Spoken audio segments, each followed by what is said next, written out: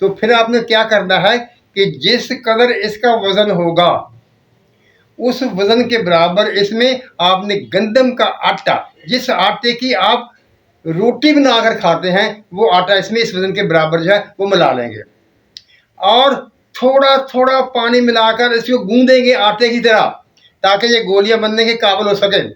اگر آپ نے ذرا بھی پانی زیادہ ڈال دیا تو پھر اس کی گولیاں نہیں بنے گی۔ اس بات کی خاص طور پر احتیاط کرنا ہے کہ آپ نے پانی تھوڑا تھوڑا کر کے ڈالنا ہے اور اسے گوندتے رہنا ہے۔ جب یہ گولی بنانے کے قابل ہو جائے تو آپ اس کی گولیاں چنے کے برابر گولیاں بنا لیں گے اور ان کو دھوپ میں یا سائے میں خشک کر لیں گے۔ یہ آپ کی دوا تیار ہو گئی۔ یہ ایسا نسخہ ہے جو دنیا کی 1/3 امراض پر کام کرتا ہے۔ 1/3 امراض پر۔ کیسے؟ 3 حصے ہیں، اعصابی، عضلاتی اور غدی۔ یہ جتنی بھی دنیا میں امراض پائی جاتی ہیں ان کو ان 3 حصوں میں تقسیم کیا جا سکتا ہے۔ جو ہڈیوں کا ٹوٹنا ہوا، چوٹ لگنا ہوا، وہ الگ چیز ہے، لیکن وہ امراض جو انسانی جسم میں پیدا ہوتی ہیں وہ صرف ان 3 حصوں میں ہیں۔ اور یہ عضلاتی امراض کے لیے عضلاتی امراض کا نسخہ ہے۔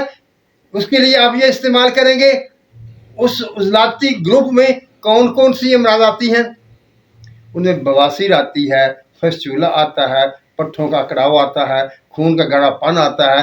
یعنی جہاں بھی خشکی پائی جائے گی، حرکت میں دقت ہوگی، یعنی اپنے اعضاء کو حرکت دینے میں آپ کو تکلیف ہوگی، تو وہاں یہ نسخہ چاہیے۔ یورک ایسڈ ہوگا، اس میں یہ نسخہ چاہیے۔ کولیسٹرول ہوگا، اس میں یہ نسخہ چاہیے، یہ کام کرے گا۔ ٹرائی گلائسرائڈ ہوں گے، یہ نسخہ آپ کو وہاں پر کام دے گا۔ یعنی آپ نے، جیسا کہ میں نے شروع میں کہا کہ دنیا کے 1/3 امراض پر یہ نسخہ کام کرے گا۔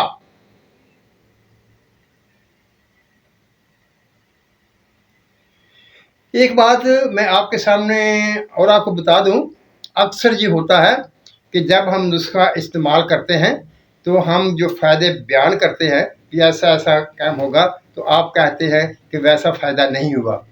اس کی ایک وجہ جو ہے میں آپ کے سامنے رکھ دوں۔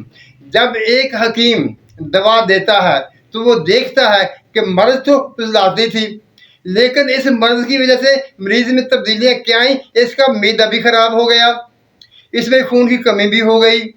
جب اس کا معدہ خراب ہو گیا، سے خون کی کمی ہوگی، تو وہ حکیم صاحب اس بات کا خیال رکھتے ہوئے ساتھ میں وہ ادویہ بھی بلائے گا۔ لیکن جیسا کہ میں نے آپ کے سامنے نسخہ رکھا اور اس کے خواص بتائے، تو آپ یہ نسخہ تیار کریں گے، یہ تنہا استعمال کریں گے تو وہ آپ کے لیے اتنے نتائج ظاہر نہیں کرے گا۔ اس کے لیے آپ کو دیکھنا پڑے گا یا مشورہ کرنا پڑے گا۔ جب آپ مشورہ کر لیں گے تو پھر یہ اپنے پورے نتائج دے گا۔ لیکن یہ بات یاد رکھنا، میرے بتانے کا یہ مطلب نہیں ہے کہ اس نسخے میں کسی قسم کی کمی ہے۔ جب آپ اس کو بنا کر استعمال کریں گے تو انشاءاللہ تعالی آپ کے دل سے میرے لیے دعا نکلے گی۔ میں اس بات پر پختہ یقین رکھتا ہوں، کیونکہ سانچ کو آنچ نہیں ہوتی۔ معزز ناظرین سامعین، آپ یہ نسخہ بنائیے، استعمال کیجئے اور مجھے نتائج سے آگاہ کیجیے۔ امراض آپ خود دیکھ لیں گے، یعنی یہ بواسیر پر کام کرتا ہے، خون کے گاڑھے پن پر کام کرتا ہے، گینٹھیے پر کام کرتا ہے، یہ جو بھی خشکی امراض ہیں ان سب پر یہ کام کرتا ہے۔ آپ آنکھیں بند کر کے اسے استعمال کر سکتے ہیں۔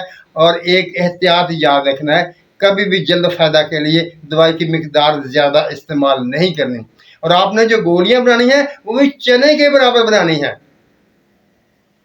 اور جب آپ چنے کے برابر گولیاں بنا لیں گے تو ان کو سائے میں یا دھوپ میں خشک کر لیں۔ جو ایک یاد رکھنے کی بات ہے وہ بھی میں آپ کو بتا دوں، یہ نسخہ خود بھی پڑا پڑا نم آلود ہو جاتا ہے، یعنی یہ نمی کو جذب کر لیتا ہے اور یہ گولیاں گیلی ہو کر آپس میں چپک جاتی ہیں۔ آپ نے اسے پریشان نہیں ہونا، اگر وہ چپک جائے تو ان کو پھر علیحدہ کر کے گولی بنا دیں. اگر آپ نے کسی مریض کو دی اور اس کے پاس گولیاں چپک گئیں تو اسے بتا دیں کہ اس سے گھبرانے کی کوئی ضرورت نہیں ہے, آپ اس کو علیحدہ کر کے گولی بنا کر استعمال کر لیں, اس میں کوئی نقص واقع نہیں ہوتا.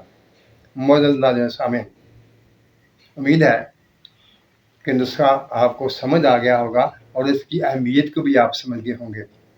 اللہ تعالیٰ ہم سب پر رحمتوں کی بارش کرے, ہمیں سچ بولنے, سچ سننے اور سچ پر قائم رہنے کی توفیق عطا فرمائے. آمین. اللہ حافظ.